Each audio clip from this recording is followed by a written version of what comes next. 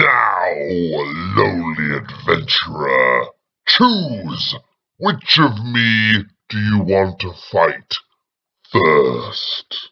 Hello and welcome to a new edition of Performance Check. My name is Rob and today I'm going to be talking about monologues and how to use them in your role-playing game. Now, monologues in role-playing games are a little different than, say, in a television show or a film, because you are in an interactive art form. That is essentially what a role-playing game is. And as such, a villain can be spewing his plan, and then all of a sudden one of your players can go fire an arrow into his face. Monologue over. And that's absolutely fine. The best thing about role-playing games is that your players are able to do anything they like, essentially. So don't be too bummed out if they do that. It's absolutely fine. But if you are able to capture their attention, you can use a monologue to display your character's motivations, intentions, and attitudes. Let's explore this. Now, before I say anything, I'd like to say that monologues in role-playing games are very much a take it or leave it kind of thing. This is not essential.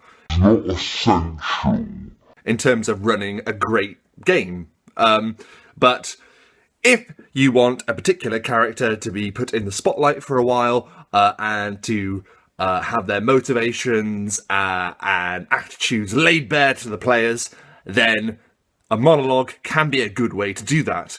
If you look to many great monologues that occur in popular culture, a lot of them tell a story. They generally have a beginning, a middle, and end. And throughout that monologue, you learn something.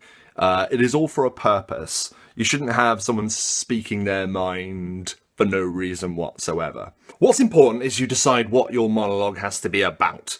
So, I'm going to take the example of a villainous character that I am using in my current home session of Dungeons & Dragons. I'm going to decide a purpose for the monologue that I'm about to do. So, I'm going to decide that this monologue is going to portray my character's motivation, his intentions, and his attitude toward a certain area of the game. The character that's going to be doing the monologue is known as Truth. He is a warrior prophet and has very strong opinions about a particular circumstance that is apparent in my game. Just to let you guys know, I've not rehearsed anything, I've not written anything. This is going to be kind of on the fly, but we'll see how it goes. There was once a man who would speak to the gods every day. Early in the morning, every day, he would leave his house and he'd walk to the foot of the Titans, the vast mountain range to the north. And he would look into the sky and he would say, "Oh gods, if I were to perform heroic acts and great deeds, then will you answer?" The gods don't answer.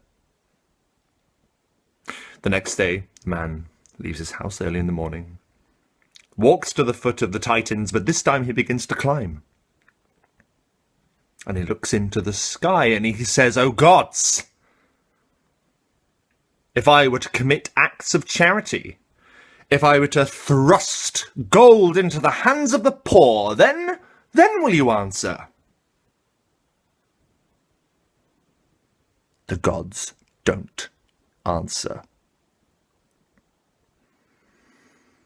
On the third day, the man leaves his house early in the morning and he begins to climb the Titans until he reaches their summit. The world insignificant beneath him. And he looks into the sky and he says, "Oh gods, if I were to bring your creations crashing into dust, if I were to put civilization to the torch, then will you answer?" The gods don't answer. This man went on to live his life, and only when a sword was thrust into his heart and he fell helpless into the void, then, and only then, did he learn the truth. We are a The gods don't answer. I'm going to give you 3 guesses what Truth's problem is. Now, admittedly, that was a little bit off the cuff, but what I was trying to do there was reinforce repetition. The gods don't answer. This is his problem. This is what set him on this path. I also try to have him tell this monologue, this story in the third person. It sort of gives an air of mystery to what he is saying. Is this man him? Is that Truth, or is that someone else that he's talking about? It is him. But that sort of mystery is interesting, and it gets the mind racing about the events that led to this man becoming who he is now. And it also alludes to his origin as well. It gives you information about the character without outright saying, this is who this person is, this is why he thinks this way. No, he's telling you by not telling you. So when you're thinking up a monologue to include in your game, try and think of a story for your character to tell. Try and lay bare their motivations without being too direct about it. Use the third person technique by all means. It's quite handy. If you want to grab the player's attention, if you don't want them to outright attack this person, make it interesting. The more of the character that you instill in your actions as a DM, the more compelling it's going to be. And that's what's going to make your players want to hear what they have to say. And like I said before, monologues aren't integral to role-playing games. However, as I said before, they can very much shine a spotlight on a particular character so they can portray a useful bit of information about themselves or about the world that you're playing in. I do hope you've enjoyed this edition of Performance Check, and as always, if you have any thoughts about what makes a great monologue, or if you have any great stories to tell about interesting monologues that you've used in your game, whack it in the comments. I would love to hear.